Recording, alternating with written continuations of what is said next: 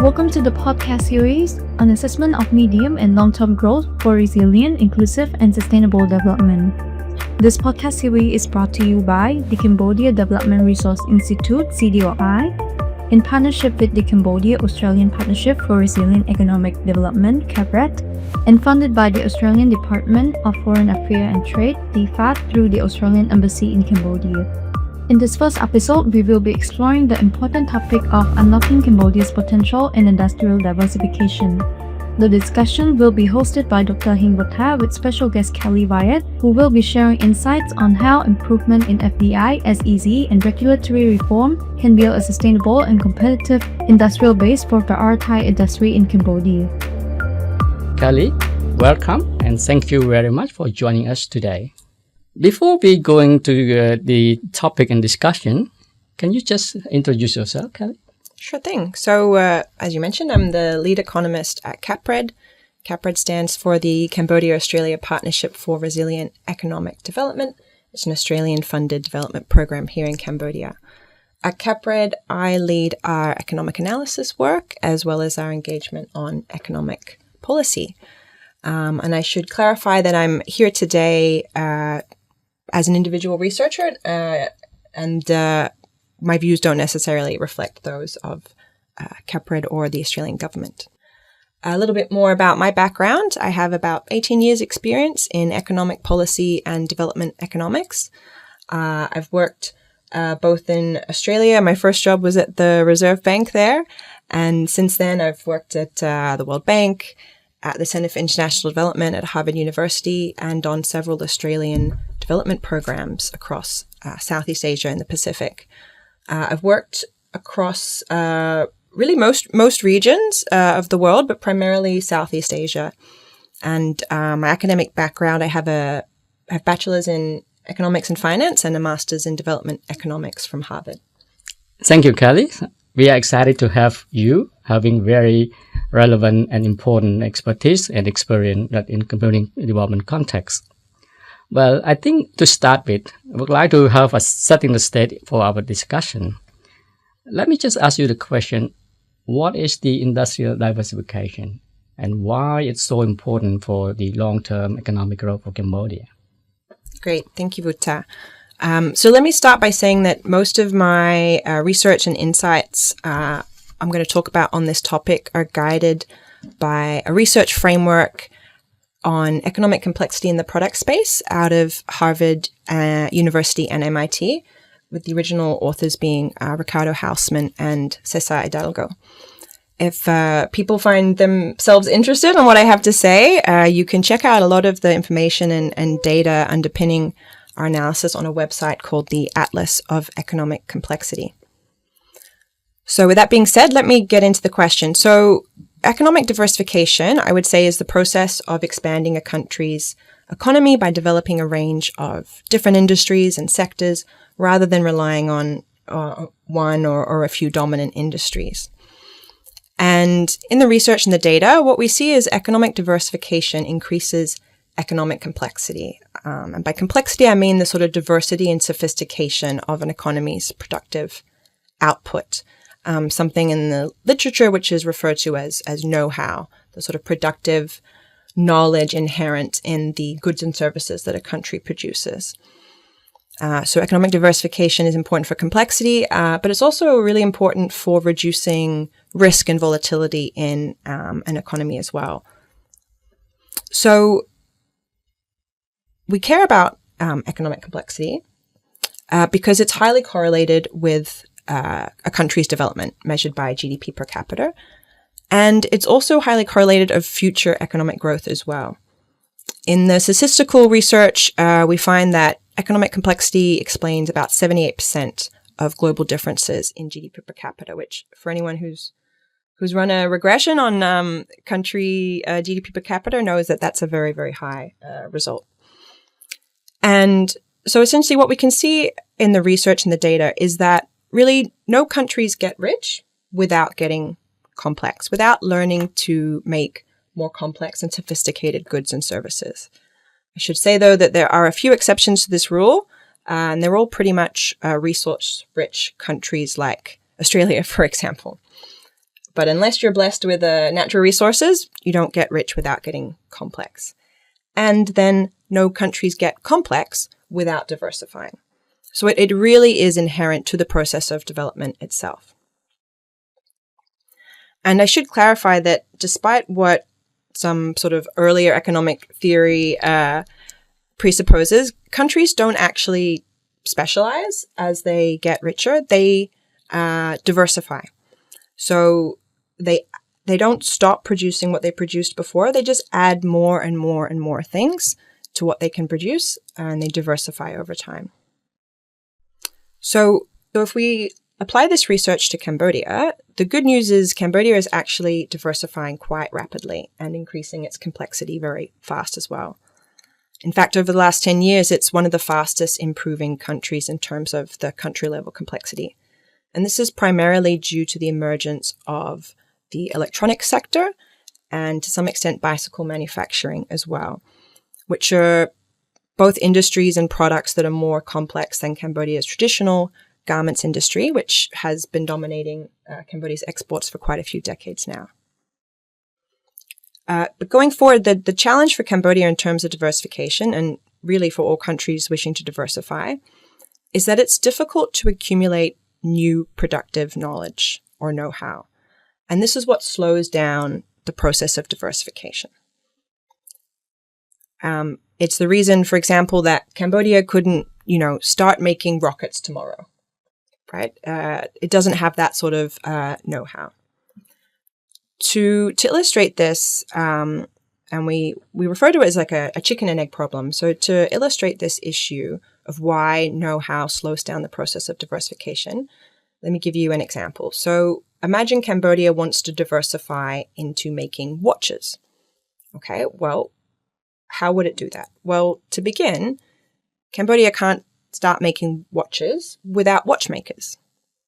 But nobody wants to become a watchmaker in Cambodia because there's no watchmaking industry for them to get a job at, right? And even if they wanted to, how are they going to become a watchmaker?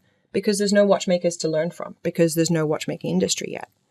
So the know-how and the industry have to co-evolve, and this is why it's a chicken and egg problem. And so what we see in the data is countries diversify, they solve this problem by moving from the products they already know how to make to products that are new, but similar to what they can already do, right? So you can imagine that for Cambodia, it's going to be easier, say, if Cambodia makes t-shirts today, for tomorrow for them to start making pants, right? Rather than, say, making t-shirts today and then making rocket engines tomorrow. Different products, and we can see in the data, different products are more similar than others in terms of the know-how they require. So diversification is a slow process. It relies on new know-how, and that know-how depends on what you already produce. So it's very path dependent. What a country knows how to make today depends on what diversification pathways are going to be possible over the short, medium term, for example. So for countries that wish to diversify and want to know what industries they should diversify into, they want to consider two main things. One is like the favorability of new industries. And in the research, that's based on, what industry is going to be more complex, what industries are going to facilitate ongoing diversification, but also what's the most feasible. And that's going to be based on what's similar to the productive know-how we already have. So if we care about diversification and complexity, and accumulating know-how is the key to solving our chicken and egg problem and diversifying, the question is then, of course, well, how do countries accumulate know-how? And in the research, they show that know-how flows through amazingly slow and narrow channels. Indeed, some tools that we would expect to facilitate this process, like urbanization, education, the internet, they actually tend to fall short in facilitating know-how. Instead, what we see is that know-how essentially resides in people. It's the tacit productive knowledge that people who know how to make things, that are making things already, have inside their brains. So the fastest way for countries to accumulate new know-how is through labor mobility. It's through moving the people that know how to make new things. And there's a few ways to do this. One is labor mobility. So for a country, that might mean encouraging some of their migrants abroad that are working in new industries to return. It might mean a country taking advantage of their diaspora abroad that might have new know-how.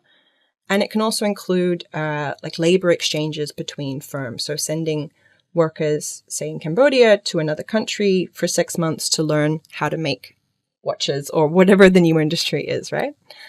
Of course, immigration, particularly skills-based immigration, is another tried and true pathway. And finally, foreign direct investment is a very good pathway as well, because when foreign countries invest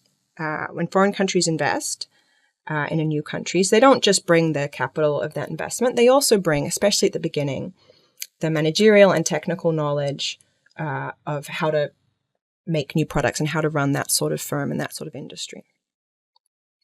So let me leave it there for now. Thank you for letting me do that quick setup. I'm excited to dive into the next questions. Thank you very much for insightful overview.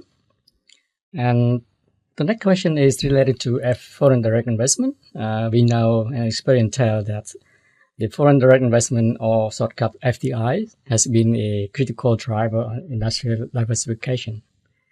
It's important because it brings the know-hows, it also brings technologies and the business network that are necessary and important for achieving higher value industrialization. So in the Cambodian context, and from your perspective, how effective has FDI been in contributing to the Cambodia industrial diversification? Great, thank you.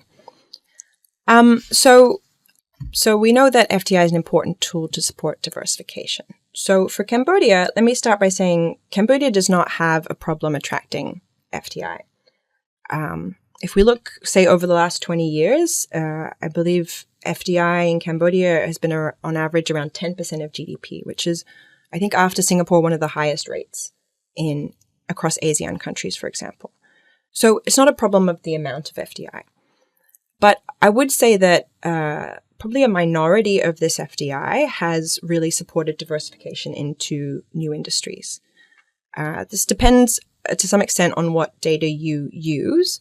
But mostly we see that FDI over the last, say, 10 years or so has gone into real estate and construction and into industries that already exist in Cambodia, not new industries. So that would be garments in particular, but also tourism. And, this FDI is not necessarily unwanted, but it's obviously not supporting diversification. Some of the analysis that I've done on Cambodia suggests that electronics and agro-processing are perhaps two priority industries for medium-term diversification in Cambodia, both in terms of their, say, favorability, which is about, as I said before, complexity and supporting ongoing diversification, and in terms of their feasibility, which is in terms of how similar the know-how required for those industries is to existing know-how in Cambodia. So if we just focus on these two industries, for example, electronics and agro-processing, and look at historical FDI, there's been a little bit into agro-processing, but very little into electronics. Doesn't mean there's been none. And actually, there's some really good recent deals that will hopefully come through and show up in the data in the short term. So, for example, Minebea, which is a Japanese parts supplier for cars and machinery, I believe recently had a FDI deal approved. And I saw in the media a few months ago as well that BYD, a Chinese electric vehicle manufacturer, also announced that they're going to build an assembly plant in Cambodia soon as well. So some really good deals that the government helped facilitate that will hopefully flow through in the next few years. So getting back to your question, I would say that the required policy response it's therefore not about increasing FDI overall, but it's really about the quality of the FDI if we're talking about supporting diversification. And as we can get into, this is really about targeting pioneer firms in new industries such as the priority ones that I suggested being agro-processing and electronics. That's an important point. Looking ahead, it's clear that we need to attract the FDI that support industrial diversification. So the next question is, what are the key obstacles that Cambodians face in attracting this FDI? And what are the untapped opportunities that should Cambodian focus on? Great, thanks. So before I get into this, I do want to note that in my experience, the government and especially the CDC, which is the area of the government responsible for FDI promotion, is really across almost everything that I'm going to talk about. And in my experience, it's the government, including CDC, they actually already have really good policies when it comes to FDI. There's a lot of great documents already written down. For example, the CDC has a great and very comprehensive FDI promotion roadmap for electronics and automotive. And so really when we talk about obstacles, it's not so much in the policy itself, but the constraints tend to be around implementation of the policies. And, that could be driven by a lack of budget, a lack of staff.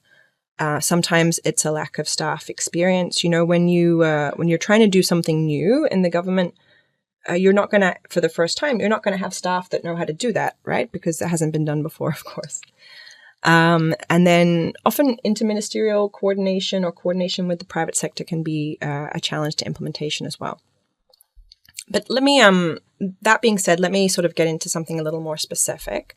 So, I would say the main obstacles to attracting FDI are really the obstacles to Cambodia's competitiveness in general. And across our research, what comes up over and over again as what I believe to be the most binding constraint to competitiveness is the uncertainty associated with the implementation of Cambodia's legal and regulatory framework. This is almost always the primary concern highlighted by foreign investors you see this across reports, you see this across surveys of investors, and at CapRed, we also see this across the program's work with the private sector. So it's not the laws and regulations themselves as they're written down on paper.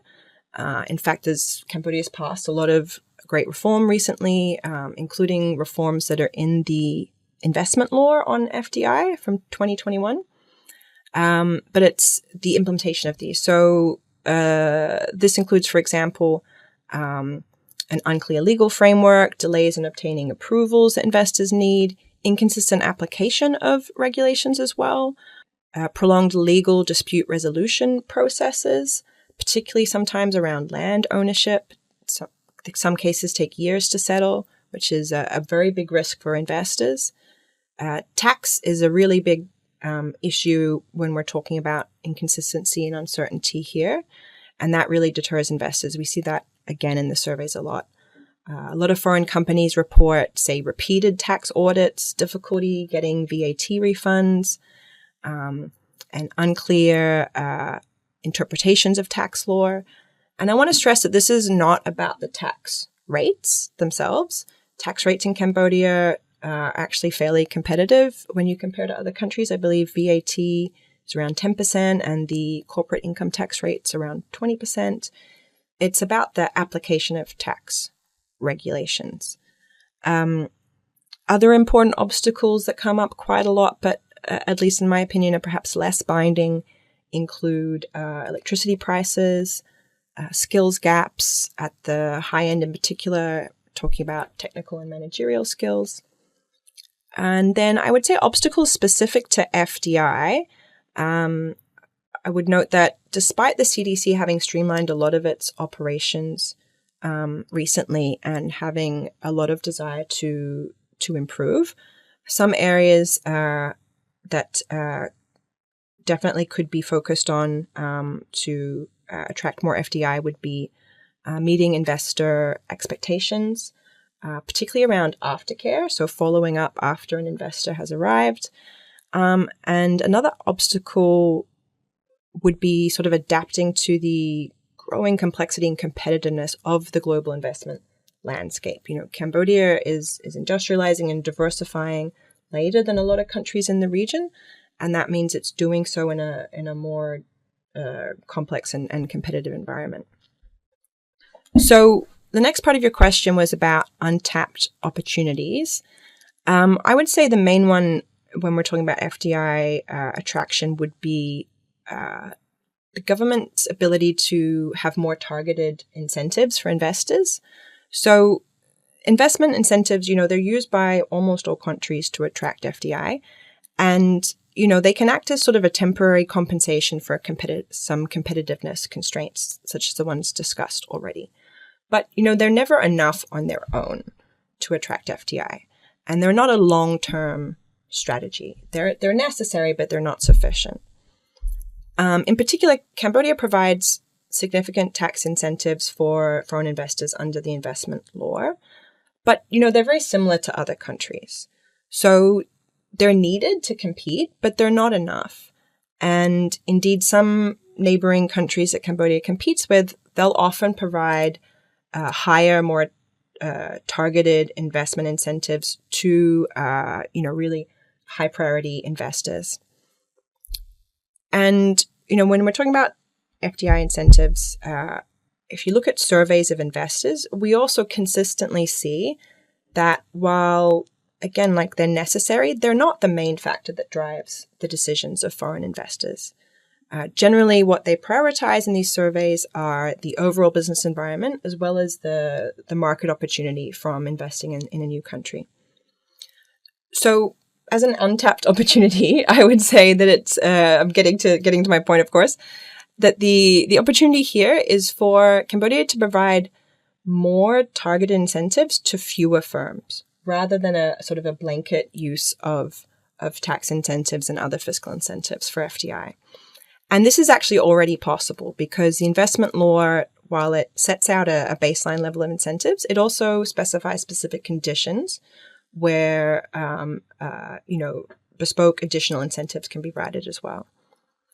And the trick here for Cambodia is to provide these incentives to the firms that bring the most benefit. So in terms of diversification, this would be firms in new high-value sectors, and also to the firms that actually need it, right? You don't want to give more incentives than is needed to get a firm to come. So again, this is going to be the pioneer firms in new sectors because these are the ones that face, the largest market failures around, being the first mover disadvantage, being the first company to invest in a new sector and take on all of those risks. So this means that, standard firms coming into existing sectors in Cambodia, like the garment sector, they really shouldn't need incentives as this industry's already shown itself to be competitive. And they also don't warrant incentives on the basis of supporting ongoing justification. And I don't mean to say that there's no other reason to give such firms incentives, but certainly there's no argument to do so to promote diversification. Another opportunity regarding incentives I would highlight is to encourage the use of an existing incentive package under the investment law regarding labor mobility and exchange programs for training. Because as I mentioned earlier, this is one of the pathways to accumulate new know-how. Our understanding is that this incentive is available, but it's not being used much. This could be lack of awareness, it could be difficulty in applying for it, but it is a real untapped opportunity. To conclude the FDI issue, you have mentioned a lot of obstacles and untapped opportunities. So to overcome those obstacles or challenges and to maximize the untapped opportunities, what would be the actionable policy reform would you suggest? Great, thanks. So again, I'm going to talk about some initiatives that could be implemented primarily again through CDC. And in my experience working with this part of the government, again, I'm going to say mostly things that they're aware of and they want to implement. So really the initiatives should be around scaling up FDI promotion, attraction, and facilitation as well. And again, this is going to be primarily through CDC in priority industries. So not across the board, Our research highlights electronics and agro-processing. Other research might suggest other industries as well.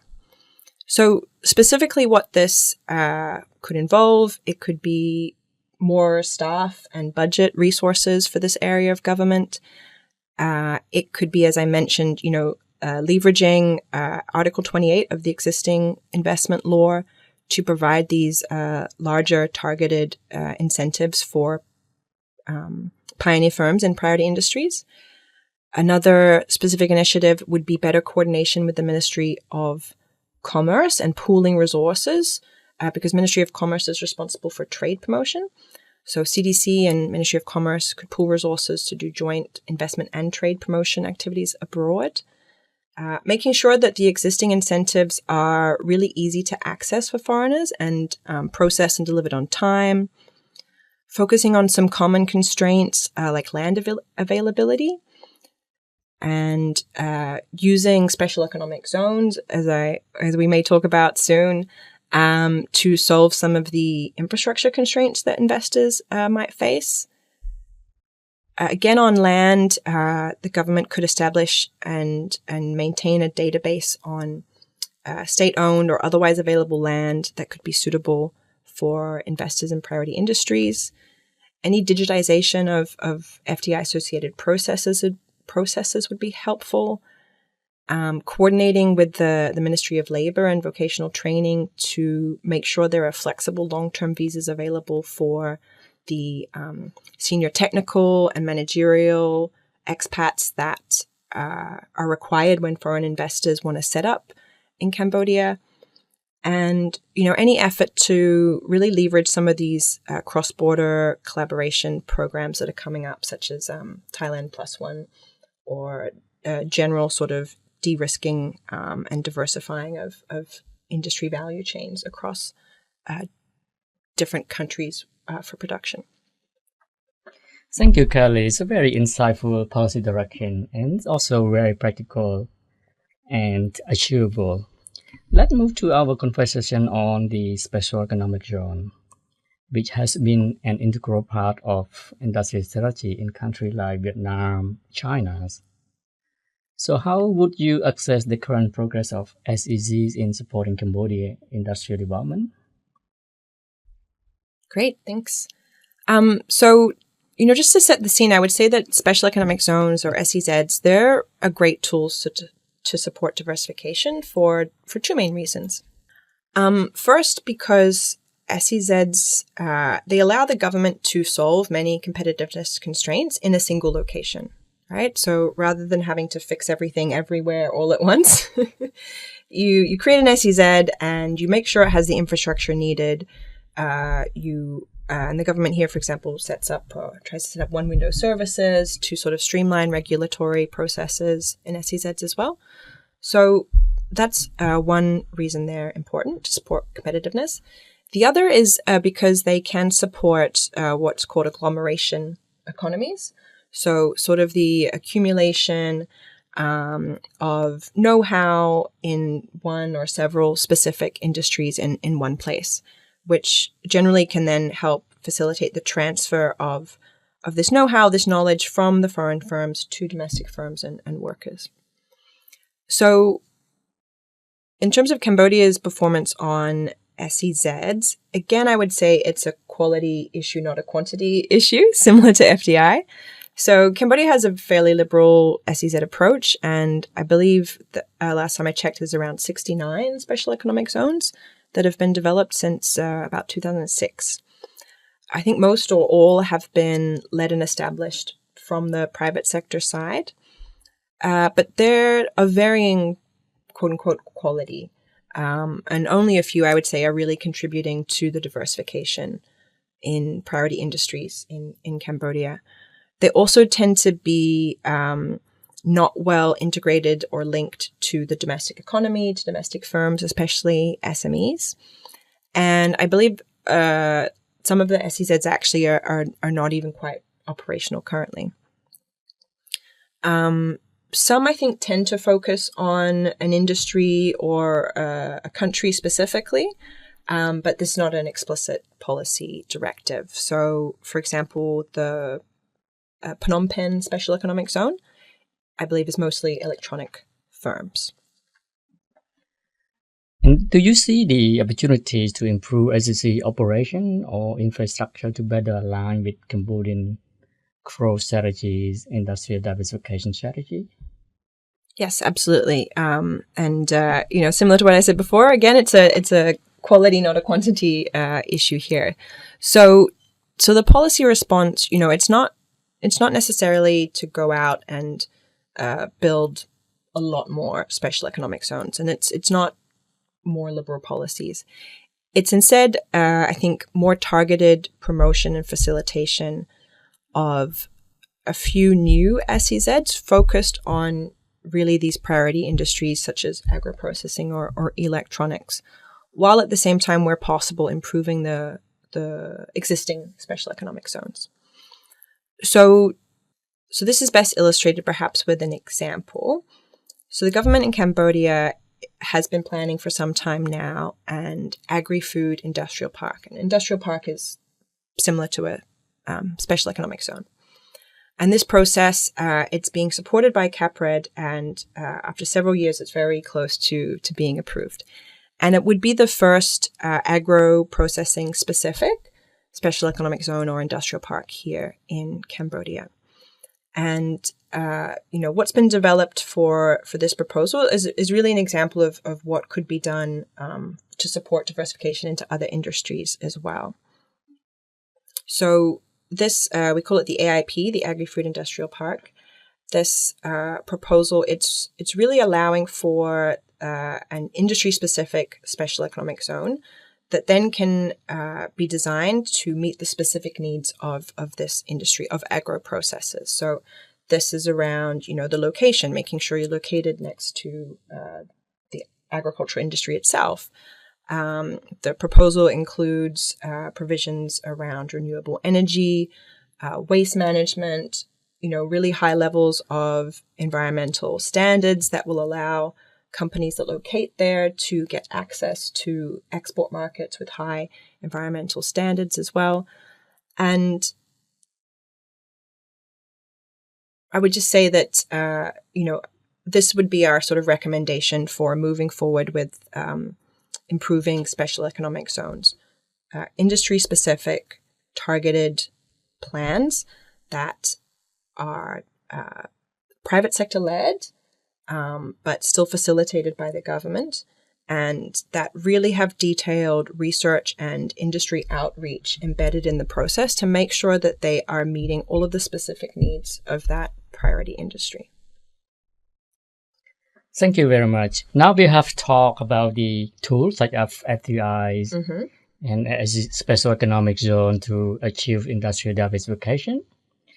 But also important is the broader environment and enabling factors such as regulatory reform, infrastructure development, and skill development. So these are very important. In order to achieve the Cambodian industrial diversification goal, I think it requires a very supportive environment and strong enabling factors. So in your opinion, what are the critical factors that are regulatory reform, infrastructure, skill development must be strengthened in order to foster growth in high-value industries? Thanks. So, as I mentioned earlier, this, at least in my opinion, the business environment, the implementation of the legal and regulatory framework is probably the most binding constraint to competitiveness and FDI attraction, diversification, etc. in Cambodia. And there's no easy fixes here, right? This is a long-term issue. It needs to be solved incrementally by moving forward and improving slowly in many places across government. But I do have a few sort of more specific ideas to mention. And again, I want to stress that most of what I'm going to suggest, it's already on the government's agenda, right? The issue is generally with implementation. So one place to start would be for the government probably led by Ministry of Economy and Finance, to conduct a regulatory review and an impact assessment of the sort of existing regulatory and legal framework for businesses, with the goal being to find ways to streamline processes, to better decentralize services to the subnational level through one-window offices, and to promote digitization as much as possible. Digitization being moving the provision of government services or regulations, permits, etc., from moving them online. Another sort of specific place to start would be helping the government realizing the potential of these one-window services. So this could involve fast-tracking the digitization of a lot of services through the one-window service, and linking this with other national efforts such as the CAM-DX business registration platform. It would involve linking the remaining ministries into the single window service, digitizing and streamlining processes like registration, licensing, certification, taxation in particular, customs, etc. And also, accelerating decentralization of the one-window service. So that's a regulatory review. That's the one-window service. Another area where the government already has a lot of good reforms in this area is the informal sector strategy. So any efforts to sort of fast-track and improve implementation there, again, that involves things like digitization, getting both individuals and SMEs to register, move from informal to formal, offering incentives for firms to do so. And then maybe one more specific example I would give here where, again, the government is already working is the GPSF, which stands for the Government Private Sector Forum, which is a mechanism to facilitate dialogue between the government and private sector on specific issues concerning the private sector. There's several working groups and there's a plenary, and that's a way for the private sector to let the government know of their specific needs. And the government has agreed to and is implementing many really specific reforms that are coming out of that process. And it's actually also another area where CAPRED is supporting the government. So there's lots more to be done to take advantage of this existing process. Thank you, Kelly, for your insightful perspectives. It's been a pleasure. Thank you so much for having me, Vutha. It's clear that industrial diversification is key to Cambodia's long-term economic growth. And the strategies you have outlined provide a compelling way forward. To our listener, thank you for joining us for this episode. Stay tuned for our next discussion episode. We continue to explore topics essential to Cambodia's economic future.